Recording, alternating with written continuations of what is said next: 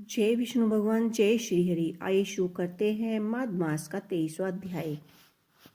लोमस जी ऋषि से कहने लगे कि जिस पिशाच को देवदूत ने मुक्त किया वह पहले द्रविड़ नगर में चित्र नामक वाला राजा था।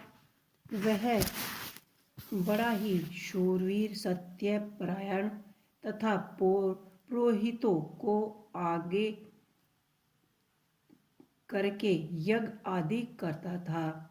दक्षिण दिशा में उसका राज्य था और उसके कोष धन से भरे हुए थे। उसकी बहुत से घोड़े, हाथी और रथ थे और वह अत्यंत सुशोभा को प्राप्त होता था। बहुत सी स्त्रियों में क्रीड़ा करता था और अनेक यज्ञ उसने किए थे। वह नित्य अत्यधिक अतिथियों की पूजा करता था और शास्त्र विधि में निपुण था और ब्रह्म, विष्णु, महेश, सूर्य की पूजा सदैव किया करता था। वह जंगल में भी स्त्रियों से घिरा हुआ किया करता था। एक बार वह पाखंडियों के मंदिर में गया और वेदहीन भस्म लगाते हुए पाखंडी महात्मा बने हुए वो से उस राजा की बातचीत हुई और पाखंडियों ने कहा कि हे राजन, शैव धर्म की महिमा सुनो। इस धर्म के प्रभाव से मनुष्य पाप को काटकर मुक्ति को जाता है। सब वर्ण में शैव मत ही मुक्ति का देने वाला है। शिव की आज्ञा के बिना दान, यज्ञ और तपो के कुछ नहीं बनता। शिव का सेवक होकर भस्म धारण करने, जटा रखने से ही मनुष्य मुक्ति हो सकती है। जटा धारण करने तथा भस्म लेपने से ही मनुष्य शिव के समान हो जाता है। इसके बराबर कोई पुण्य नहीं है। जटा भस्म धारण किए हुए सभी योगी शिव के दर्शक होते हैं।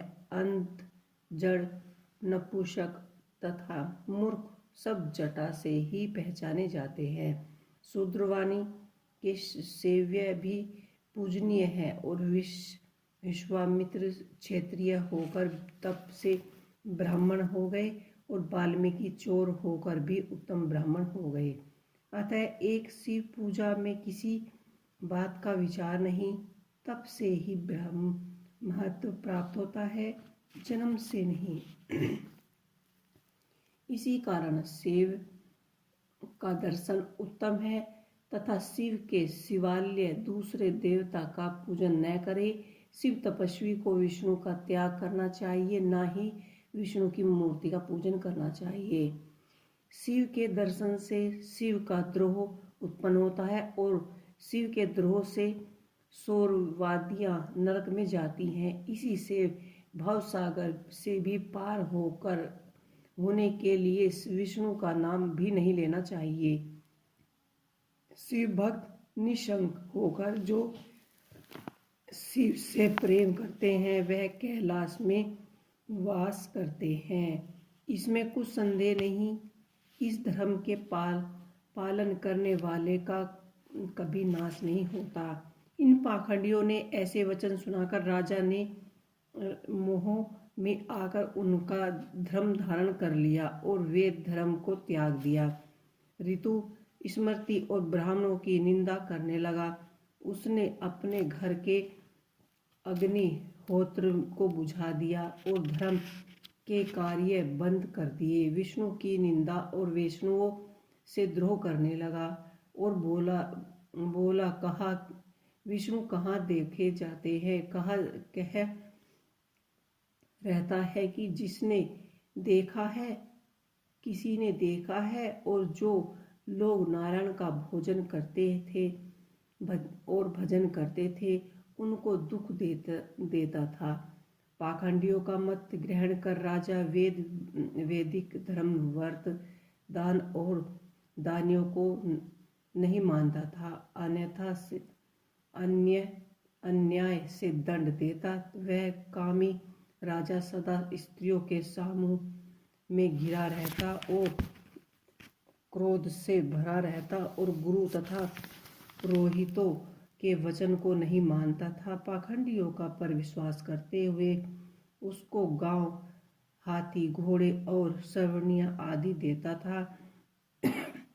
उनके सब कार्य करता, भस्म धारण करता और मस्तक पर जटाधार रखता, और जो कोई विष्णु का नाम लेता उसका वध कर देता, उसे दंड दिया जाता। यही ड्यूटी पिटवा दी थी। उसके डर से ब्राह्मण तथा वैष्णवों ने उस देश को छोड़ दिया और दूसरे देशों में चले गए। सारे देशवासी केवल नदी के जल से ही जीवित रहते। जीविका से दुखी होकर वृक्ष आदि नहीं लगते थे और ना ही खेती करते थे। प्रजा अन्न के अभाव से गला सड़ा अन्न भी खा लेती थी। आचार विचार अग्नि क्रिया सबको छोड़कर काल रूप की तरह वह राजा शासन करता था। कुछ काल पश्चात उस राजा की मृत्यु हो गई और वेद रीति से उसकी क्रिया भी नहीं की गई। यह यमदूतों के अनेक प्रकार के दुख उठाते हुए कहीं लोह के कीलों पर से चलना पड़ा, कहीं जलते अंगारों पर चलना पड़ा, और सूर्य अति तीव्र था और ना कोई छाया का वृक्ष था। कहीं लोहे के डंडों से पीटा गया और कहीं बड़े बड़े दांतों वाले भेड़ियों और कुत्तों से उन्हें कटवाया गया। इसी प्रकार दूसरे पापियों का हाहाकार सुनते हुए वहाँ राजा यमलोक में पहुँच गए। तो ये थी मद मास की 23वें अध्याय की कहानी और महत्व। आपको ये महत्व कैसा लगा हमें कमेंट बॉक्स में लिख के अवश्य बताइएगा। अगले महत्व में हम 24वां अध्याय पढ़ेंगे। उसमें हम पढ़ेंगे लोमस जी ने क्या कहा। इसी के साथ यह अध्याय समाप्त होता है। जय श्री हरि।